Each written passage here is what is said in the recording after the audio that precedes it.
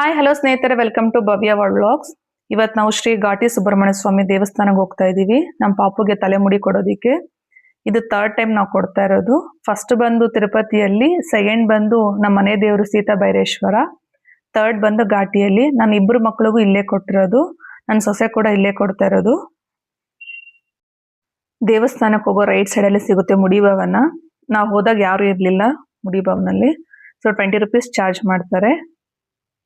ತುಂಬಾ ನಿಧಾನವಾಗಿ ಚೆನ್ನಾಗಿ ಮಾಡಿದ್ರು.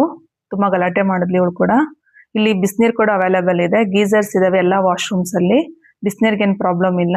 ಪಾಪುಗೆ ಸ್ನಾನ ಮಾಡಿಸ್ಕೊಂಡು ಹುತ್ತಕ್ಕೆ ಹಾಲು ಹಾಕಕ್ ಹೋದ್ವಿ.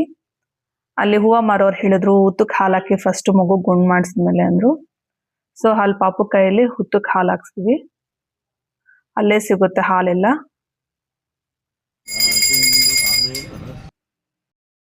ಮುಡಿ ಭವನ ಪಕ್ಕನೇ ಇದೆ ಹುತ್ತ ಕೂಡ.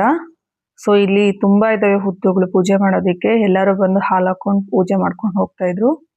ನಾವು ದೇವಸ್ಥಾನ ಕಡೆ ಹೊರಟ್ವಿ. ಸೊ ರಶ್ ಏನ್ ಇರ್ಲಿಲ್ಲ ತುಂಬಾ. ದೇವಸ್ಥಾನ ಹತ್ರನೇ ಚಪ್ಪಲಿ ಕೂಡ ಬಿಡ್ಬೋದು. 5 ರೂಪೀಸ್ ಚಾರ್ಜ್ ಮಾಡ್ತಾರೆ. ಧರ್ಮ ದರ್ಶನಕ್ಕೆ ಹೋದ್ವಿ. ಸೊ ರಶ್ ಏನ್ ಇರ್ಲಿಲ್ಲ. ನಾವು ಘಾಟಿ ದೇವಸ್ಥಾನಕ್ಕೆ ಬಂದು ತುಂಬಾ ವರ್ಷ ಆಗಿತ್ತು. ನಮ್ಮ ಮಕ್ಳು ಮುಡಿ ಕೊಡೋದಕ್ಕೆ ಬಂದಿದ್ವಿ. ಇವಾಗ ನನ್ನ ಸೊಸೆ ಕೊಡಕ್ ಬಂದಿದೀವಿ. ತುಂಬಾ ಇಂಪ್ರೂವ್ಮೆಂಟ್ ಆಗಿದೆ ದೇವಸ್ಥಾನ ಸುತ್ತಮುತ್ತಲು.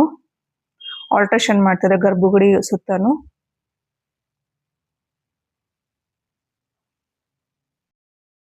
ದೇವಸ್ಥಾನ ಆಲ್ಟ್ರೇಷನ್ ನಡೀತಾರಕ್ಕೋಸ್ಕರ ಹಿಂದೆಯಿಂದಾನೆ ಬಿಟ್ರು ನಮ್ಗೆ. 3 ಗೋಪುರನು ಒಂದೇ ಕಡೆ ಕಾಣುತ್ತೆ ನಮ್ಗೆ. ಅರ್ಚಕರು ಬಂದು ಇಲ್ಲೇ ನಮ್ಗೆ ಅರ್ಚನೆ ಮಾಡಿಸ್ಕೊಂಡು ಹೋದ್ರು. ತೆಂಗಿನಕಾಯಿ ಕೂಡ ಆಚೆನೆ ಹೊಡ್ಕೊಡ್ತಾರೆ. ಸೊ 2 ಕಡೆ ಎಂಟ್ರೆನ್ಸ್ ಇರುತ್ತೆ ಹೋಗೋದಿಕ್ಕೆ.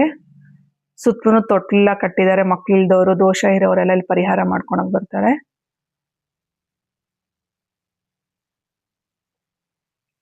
ಇಲ್ಲಿ ಸುಬ್ರಹ್ಮಣ್ಯ ಸ್ವಾಮಿ ಮತ್ತು ನಾಗದೇವರು ಒಂದೇ ಮೂರ್ತಿಯಾಗಿ ಕಾಣಿಸ್ತಾರೆ. ಮುಂಭಾಗದಲ್ಲಿ ಸುಬ್ರಹ್ಮಣ್ಯ ಸ್ವಾಮಿ, ಹಿಂಭಾಗದಲ್ಲಿ ನಾಗದೇವ್ರ ರೂಪದಲ್ಲಿದೆ. ಪ್ರಸಾದ ತಗೊಂಡು ತೀರ್ಥ ಎಲ್ಲ ತಗೊಂಡು ಹೊರಗಡೆ ಬಂದ್ವಿ. ನಾವು ದೇವಸ್ಥಾನಕ್ಕೆ ಹೋಗಿದ್ದೀನಿ. ವಿಶೇಷ ಪೂಜೆ ನಡೀತಾ ಇತ್ತು, ಸೀತಾರಾಮ ಕಲ್ಯಾಣ. ಸೊ ಕಲ್ಯಾಣೋತ್ಸವ ಇರೋದ್ರಿಂದ ಪೂಜೆ ಕೂಡ ತುಂಬಾ ಇದ್ವು ಅಲ್ಲಿ. ದೇವಸ್ಥಾನ ಒಳಗಡೆ ವಿಗ್ರಹ ಎಲ್ಲ ನಮ್ಗೆ ಸಿಗುತ್ತೆ. ಕುಂಕುಮ, ದಾರ, ಕೀ ಚೈನ್ಸ್ ಎಲ್ಲ ದೇವಸ್ಥಾನ ಒಳಗಡೆ ಸಿಗುತ್ತೆ. ಬುಕ್ಸ್ ಕೂಡ ಇಲ್ಲಿ ಸಿಗುತ್ತೆ. ನಾವು ವಿಷ್ಣು ಪುರಾಣ ಬುಕ್ ತಗೊಂಡ್ವಿ.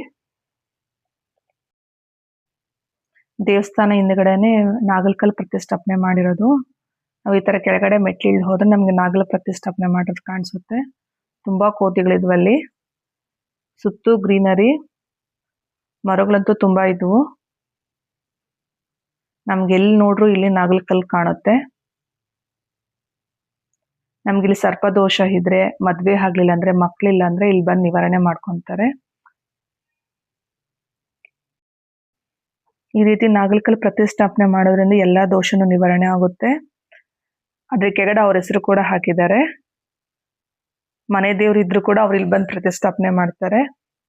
ನಾಗಪಂಚಮಿ ತುಂಬಾ ವಿಶೇಷ ಪೂಜೆ ಇಲ್ಲಿ. ಆಲದ ಮರ.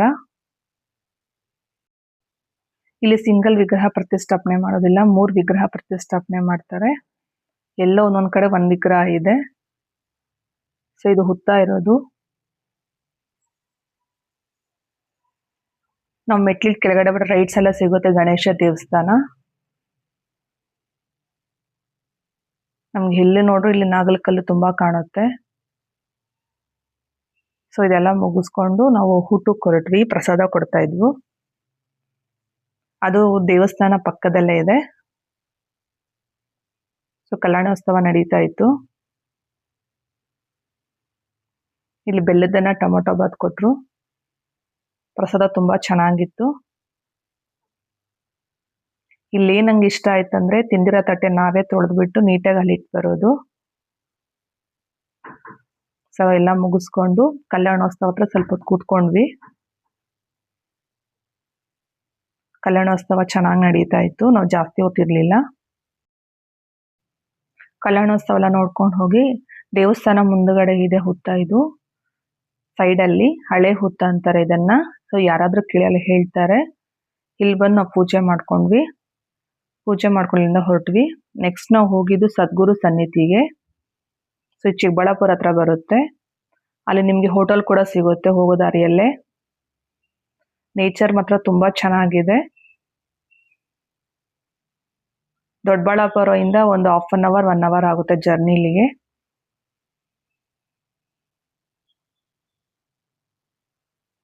ಸೊ ಸುತ್ತು ಗ್ರೀನರಿ, ನಮ್ಗೆ ಹೋಗ್ತಾ ಇದ್ದಂಗೆ ದೇವ್ರು ಕಾಣುತ್ತೆ. ಸುತ್ತ ಬೆಟ್ಟ, ಮಧ್ಯದಲ್ಲಿ ಯೋಗಿ ಇರೋದು, ತುಂಬಾ ಪೀಸ್ ಆಗಿರುತ್ತೆ ಇಲ್ಲಿ. ಇದು ಎಂಟ್ರೆನ್ಸ್. ನಾವು ಹೋಗ್ತಾ ಇದ್ದಂಗೆ ರೈಟ್ ಸೈಡ್ ಅಲ್ಲೇ ಚಪ್ಪಲಿ ಎಲ್ಲ ಬಿಡ್ಬೋದಲ್ಲೇ. ಸೊ ಅದು ಒಳಗಡೆ ತಂದು ಕೊಡ್ತಾರೆ. ಇದು ಬಂದು ಭೂಲಿಂಗ. ಇಲ್ಲಿ ರೆಕಾರ್ಡ್ ಮಾಡಂಗಿಲ್ಲ ವಿಡಿಯೋ ಒಳಗಡೆ, ತುಂಬಾ ಪೀಸ್ ಆಗಿತ್ತು. ಸೊ ಇದು ಎದುರುಗಡೆನೆ ಬರುತ್ತೆ, ಭೂಲಿಂಗ ಎದುರುಗಡೆ ನಾಗ. ಸೊ ಒಳಗಡೆ ಹೊರಟ್ವಿ, ತುಂಬಾ ಬಿಸಿಲಿತ್ತು. ಮ್ಯಾಟ್ ಹಾಕಿದ್ರು, ಮ್ಯಾಟ್ ಮೇಲೆನೆ ಹೋದ್ವಿ. ರಶ್ ಏನಿರ್ಲಿಲ್ಲ ತುಂಬಾ. ಸುತ್ತಮುತ್ತ ಬೆಟ್ಟ, ಮಧ್ಯದಲ್ಲಿ ಶಿವ ಇರೋದು ನೋಡಕ್ ತುಂಬಾ ಚೆನ್ನಾಗಿದೆ. ನಂದಿ ಎದುರುಗಡೆನೆ ಯೋಗೇಶ್ವರ ಲಿಂಗ ಇದೆ. ಇಲ್ಲೊಂದು 5 ನಿಮಿಷ ಕೂತ್ಕೊಂಡು ಬರ್ಬೋದು, ತುಂಬಾ ಚೆನ್ನಾಗಿರುತ್ತೆ, ಪೀಸ್ ಆಗಿರುತ್ತೆ. ಇದು ಈಶ್ವರ. ಸೊ 120 ಅಡಿ ಇದೆ ಇದು.